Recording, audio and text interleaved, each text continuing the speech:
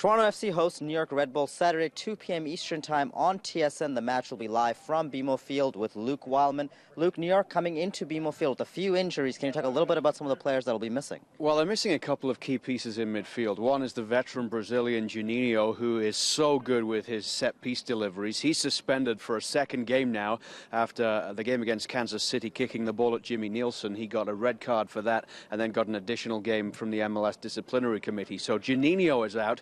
And then just yesterday, a blow for New York with Dax McCarty going down with an injury. So the fact that McCarty isn't going to be there means they have to shuffle things around in the midfield.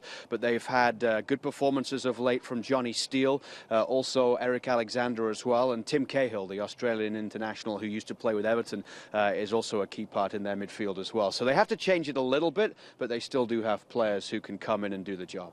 And of course, you can't talk about the Red Bulls without talking about their main talisman, Thierry Henry. He will be there. And talk about him a little bit and what kind of start they're off to with Thierry on toe. Well, Thierry Henry has been very influential against Toronto FC in the previous games that he's played. And one of the problems TFC has had in the last few games that they've played against New York is keeping New York Red Bulls from scoring goals. 7 games now, with Toronto FC not having beaten the Red Bulls, and during those 7 games, it's 21-4, the way that New York Red Bulls have outscored Toronto FC, and Thierry Henry's a big part of that.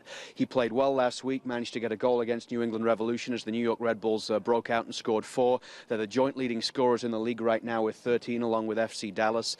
And it's not just Thierry Henry now. Fabian Espindola, who came from Real Salt Lake at the end of last season, is a big presence up front for them and has already managed to score a few goals this season. So they have 3 players on 3 goals, including Jaimison Olave, who is a central defender who comes forward for set pieces. They can get goals from throughout their team.